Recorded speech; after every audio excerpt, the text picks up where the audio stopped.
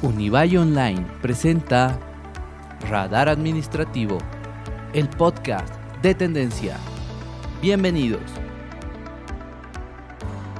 En este tercer episodio abordaremos los impuestos en nuestro país, aspectos positivos y negativos. Bienvenidos a Radar Administrativo, el podcast de gestión y tendencia del área de ciencias empresariales de la Universidad Privada del Valle.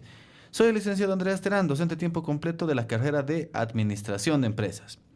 En el episodio de hoy contamos con un tema súper importante que son los impuestos en nuestro país, tanto en aspectos positivos y negativos en la economía. También abordaremos otros temas relacionados como, por ejemplo, las dificultades del emprendedor al declarar una empresa formal y por qué se prefiere, aparentemente, el trabajo informal. Hoy nos acompañan Leonardo Balboa y Lorena Sosa. Chicos, saluden, por favor. Buenas tardes a todos los que nos escuchan. Espero que tengan un buen día. Hola, un gusto. Soy Lorena Sosa, estudiante de Ingeniería Comercial y es un gusto acompañarlos también. En el contexto de nuestro país existen diferentes tipos de impuestos para la declaración de las empresas que muchas veces resultan perjudiciales para los emprendedores, para las pequeñas empresas, grandes empresas y las respectivas declaraciones como negocios formales, impuestos como el IVA, que es el impuesto sobre las utilidades de las empresas, el IT, que es el impuesto a las transacciones, el IVA, que es el impuesto al valor agregado, y el impuesto sobre los consumos específicos, que son los más conocidos. Otros temas a tomar en cuenta con la dificultad de emprender en Bolivia son los aranceles, también los servicios aduaneros y las trabas burocráticas, ¿no?, que se refiere a la demasiada documentación que existe a la hora de la declaración formal. Un negocio formal suele tardar en declararse alrededor de un año en nuestro país, cuando en países como en Estados Unidos o Australia, la declaración de un negocio suele tardar alrededor de 1 a 2 días. Ahora Leonardo profundizará más sobre los diferentes impuestos en nuestro país. Los impuestos son tributos que se pagan para mantener un estado de bienestar, como ser salud pública, pensiones, educación pública, subvenciones, etc. Aunque también influyen de mala manera, especialmente si los impuestos son abundantes, a la inversión de las empresas extranjeras como locales. En nuestro país tenemos muchos impuestos y altas regulaciones. Los impuestos más conocidos son el IVA, el impuesto a las utilidades sobre las empresas. Se aplica en todo el territorio nacional sobre las utilidades resultantes de los estados financieros en el cierre de cada gestión anual. La alícuota es del 25% sobre la utilidad neta obtenida en cada gestión. Esta puede ser reducida hasta un 12,5% con la presentación de facturas.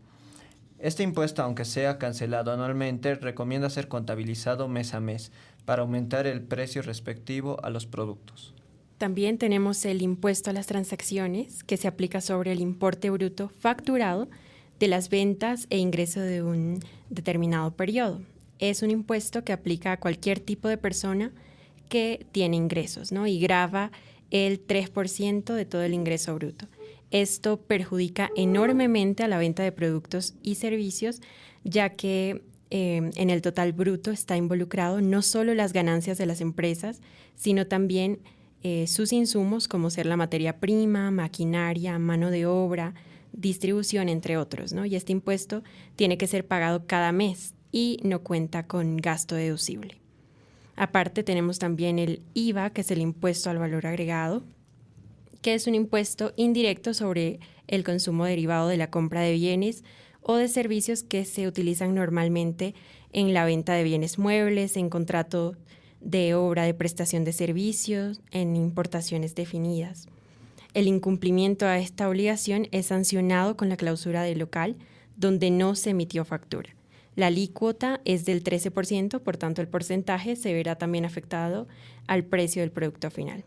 Tenemos el ICE, que es el impuesto a consumos específicos, que se aplica sobre bienes muebles. A diferencia de otros impuestos, este es muy variable en las alícuotas, que pueden variar de un 5 a un 80%.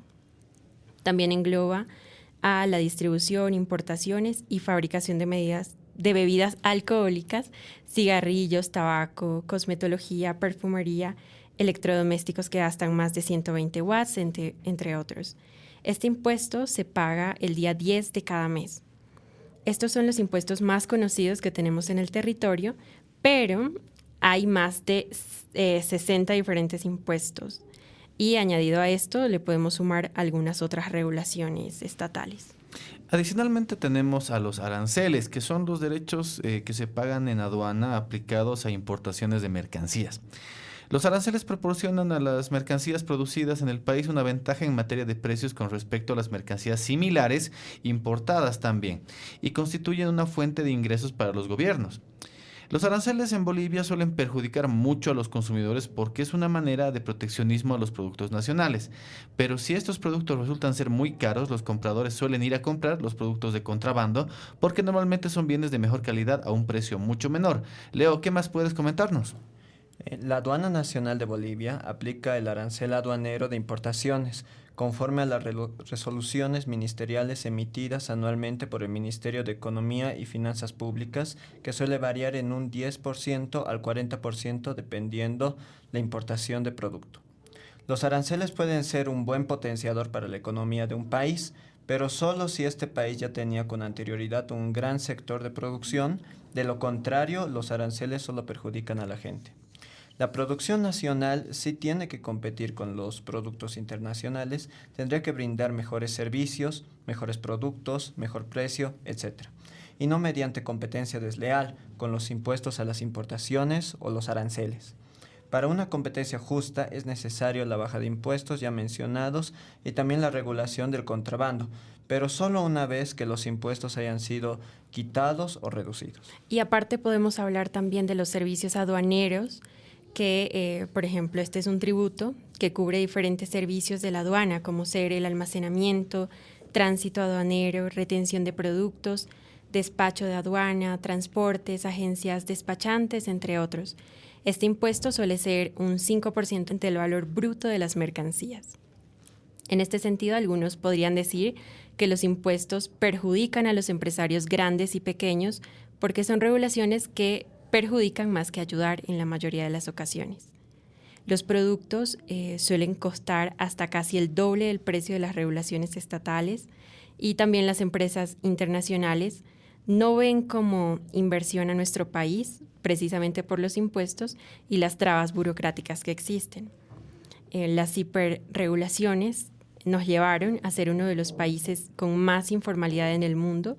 Concretamente, estamos ubicados en el puesto número 2 después de Bangladesh, en el que más de un 83% de los trabajos son informales y la informalidad del mercado conlleva a malas prácticas, como ser salarios bajos, explotación laboral, falta de seguro médico, calidad de trabajo baja, salarios irregulares, salubridad baja, entre muchos, en muchos negocios.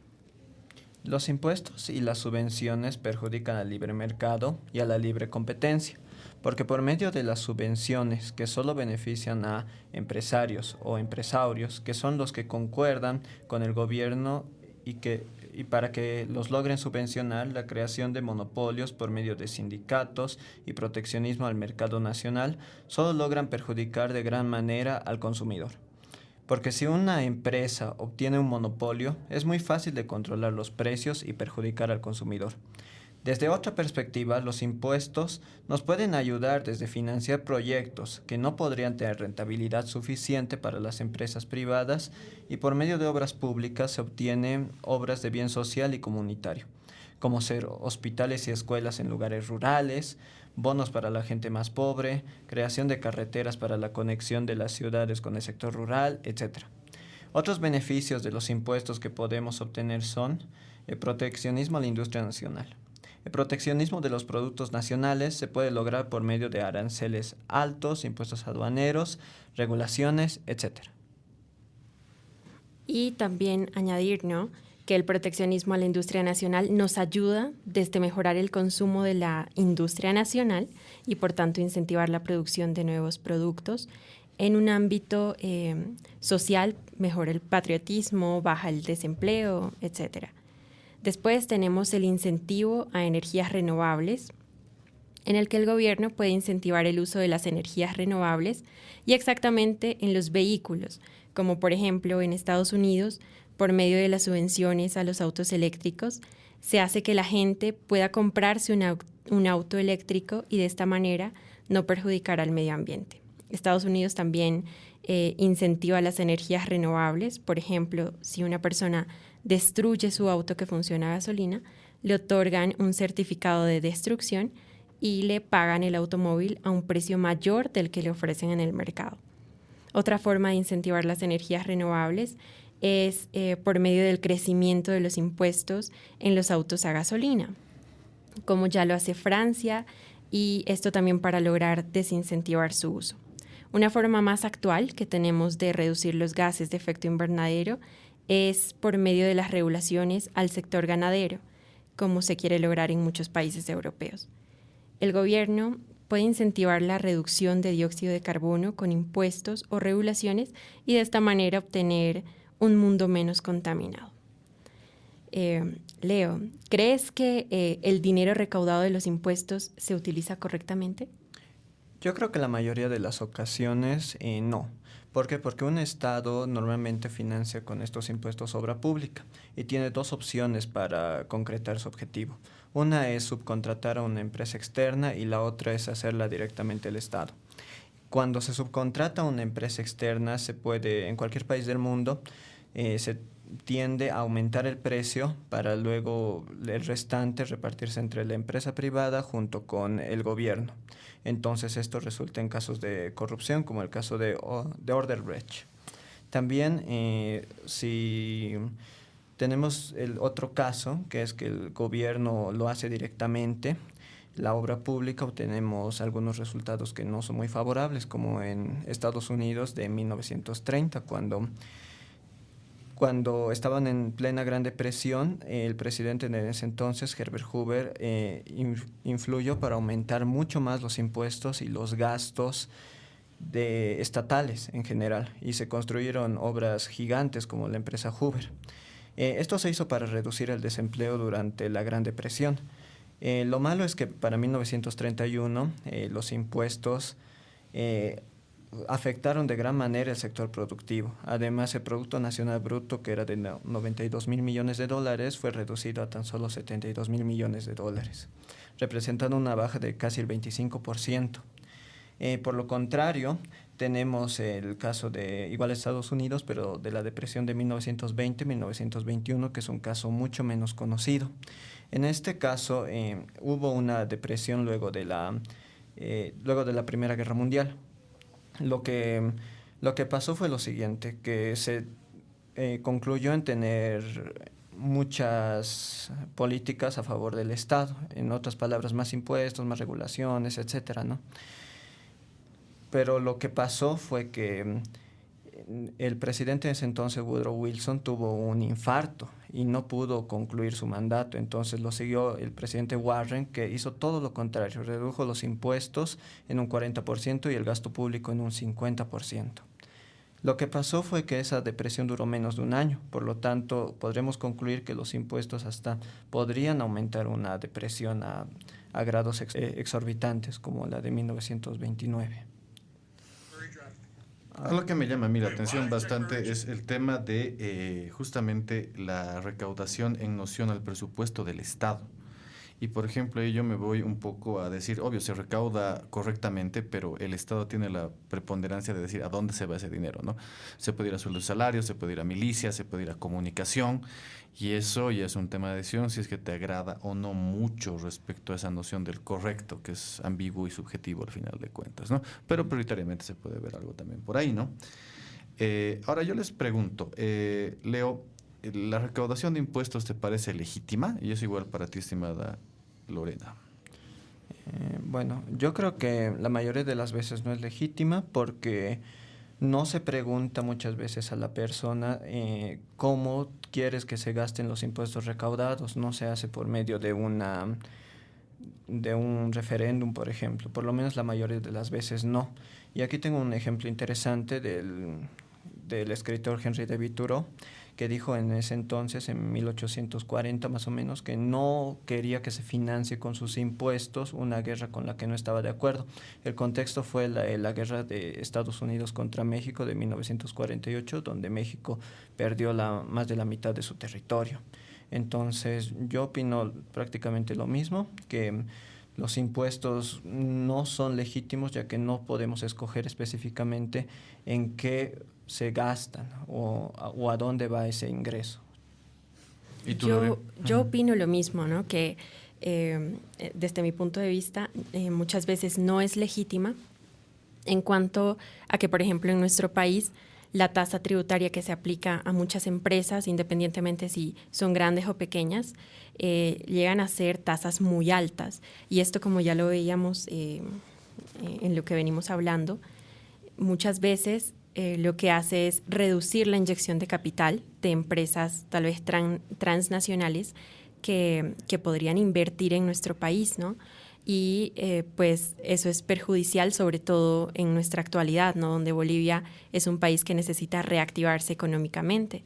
E incluso ya las empresas que están apostando por invertir en Bolivia muchas veces disminuyen ya las empresas que actualmente invierten en nuestro país. Algo que a mí me llama la atención justamente es el tema de que sí, evidentemente el impuesto puede ser recaudado legítimamente, pero ahí nos ponemos a pensar en grupos productores de ciertos sectores que no pagan impuestos ante una evidente necesidad de que lo hagan, ¿no? Y me voy, por ejemplo, al contrabando. Aquí tenemos zonas enteras que tienen productos de contrabando y que están a la vista de todo el mundo, pero aún así se manejan libres de impuestos. Con esto cerramos el programa de hoy. Agradecemos mucho haber contado con todo su apoyo y para, obviamente, poder comprender mejor este tema. Chicos, despídanse, por favor. Bueno, soy Leonardo Balboa de la carrera de Administración de Empresas y espero que tengan un buen día. Gracias por escuchar a Radar Administrativo, el podcast de gestión y tendencias de ciencias empresariales de la Universidad Privada del Valle. Mi nombre es Lorena Sosa, de Ingeniería Comercial, y fue un gusto acompañarlos. Univalle Online presentó Radar Administrativo, el podcast de tendencia. Hasta la próxima.